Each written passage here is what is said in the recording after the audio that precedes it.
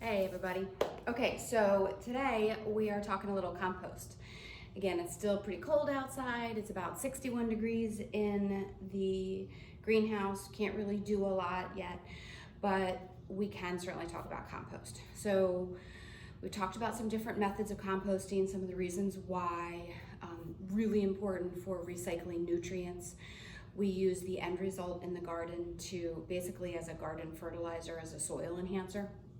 But what we have in the classroom is a worm bin.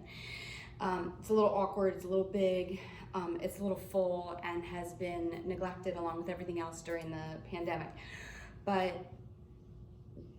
vermicomposting is what we call worm composting, okay? So basically we are creating this home for these worms and they are creating compost for us. The end result is called worm castings. We call it worm compost.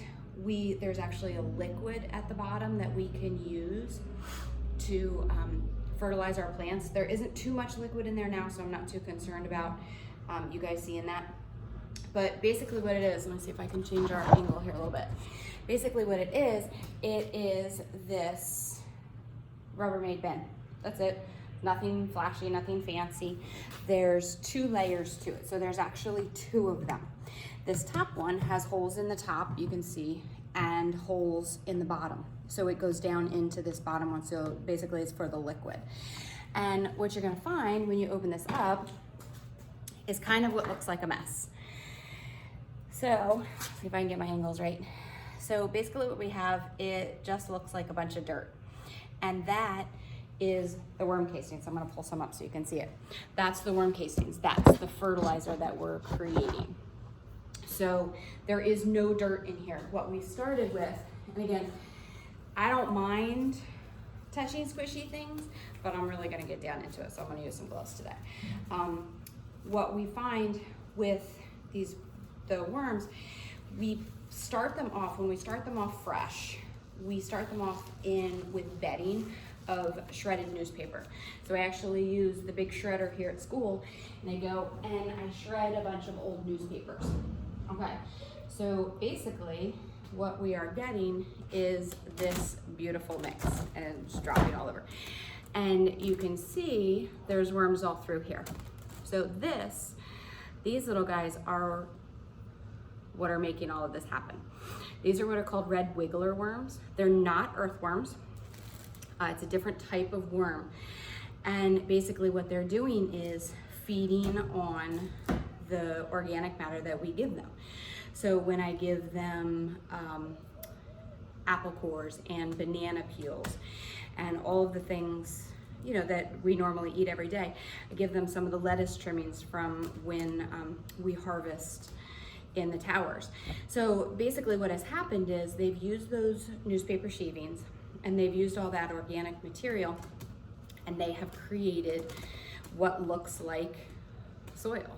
And it's beautiful, and I know that's kind of geeky, but it is this gorgeous soil enhancer that we can use in potted plants here in the greenhouse. We can put it outside, and it has all of these great nutrients that the worms have created for us. And really, there is virtually no work in this for us. They do all of the work for us. So they're kind of like, our free slave labor. And these guys have been here, I would say probably at least 7 years. So what'll happen is they go through their life cycle within this little enclosed home. I take them home with me over the summer, so they hang out outside and get the nice fresh rain through. And in the wintertime, they come back inside here and they just live their lives in this bin. And I make sure to feed them and keep them happy. But right now, they're not really happy because this is all done, okay? There is really no nutrients for them left in here. So what we need to do is we need to separate them and we need to get them out. So what my students, the few who are coming to class, are gonna do today is separate the worms from the worm poop. Sounds like fun. But this is what we have to do, and then we start them off fresh and they get a nice new layer of bedding and a nice new layer of food, and then they start everything over again. All right, so I'm going to show you what that looks like when we get a little further into this. Okay, so a couple minutes later, welcome to my madness. This little pile right here is basically all worms. There's some kind of undigested food in here. So you can see it's just kind of like this big, if I flip it over, they don't like the light, so they'll go away from the light. So it's this like big pile of worms. And then this is just about 10 minutes of me working on this. In this bucket, this is all of the compost right here. Hopefully there aren't too many stray worms in there. If I see any, I'll pull them out. But this is what's gonna go into the soil. And so there's still lots and lots of compost and worms in here. You can see if I just kind of dig my fingers in just a little bit, you'll see that the worms kind of come out. Some of this, things like this is actually the end of a banana peel. The stem, it's pretty fibrous, so they don't really break that down. So I actually have kind of a pile of stuff that hasn't been broken down. So what I'm gonna do, I'm gonna kind of come at this from a two-step approach here.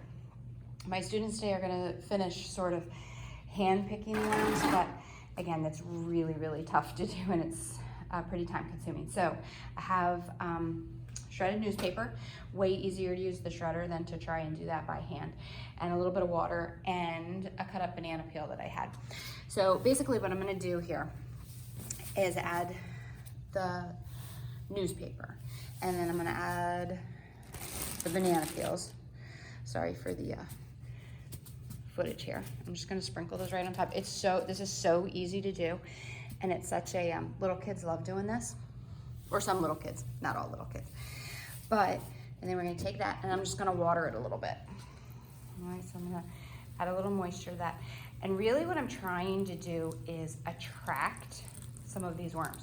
So what some of them are gonna do is they'll actually find the bedding and the banana peels, and they'll move from the composted soil over to the other side. So I'm kind of trying. So what I'm gonna do is I'm gonna take these little guys that I pulled out, and I'm gonna put them right on top. Oh, look at that, that's awesome. Kind of gross, but still cool. And I'm just gonna put them over here on this side so they don't go back into this side, they just stay over here. So if I give them enough incentive, hopefully they'll stay over on this side so we can work with them, so I don't leave them out. I don't wanna leave them out because they breathe through their skin. So it's really important that we maintain the moisture levels. It's not very warm, so they're really slow moving at this point right now. So I don't wanna upset them anymore. But what they'll do is they'll start to go down and they'll find that food.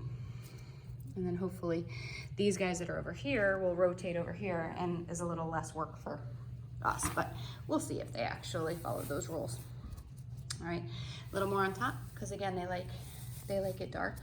And then they'll just start to eat and feed and do their worm thing. So basically what's gonna happen is when we're done, the whole thing is gonna look like this newspaper. And in something like, I don't know, it depends on how many worms, how much I feed them, the temperature, depends on some things. 6 months, it'll look like this again.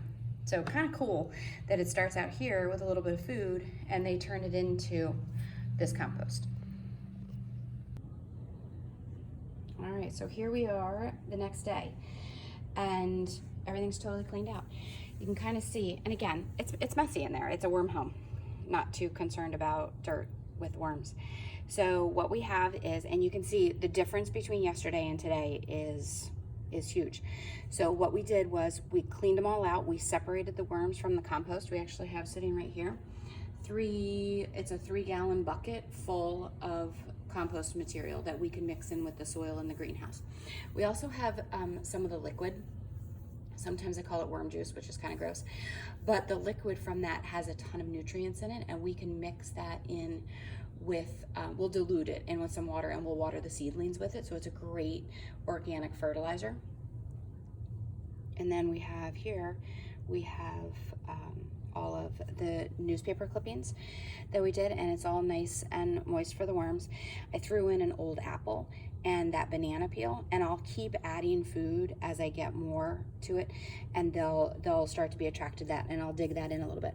So like this right here, there's kind of this spot where there was this old banana peel, and you can see it's all just worms. It's just the worms in the bedding now. So what they'll do is they'll use the bedding, they'll eat the worms, they'll continue to break down and produce their waste, which is really what we're looking for here with the nutrient levels. And you know, we'll just continue to add on, and there's only, I would say there's maybe 4 inches in there, and we'll probably get up to 8, 10, 12 inches working on this. And it'll go all through the summer. So we'll just continue to work on that. So we'll put the lid on it, and these guys are done and happy for a while.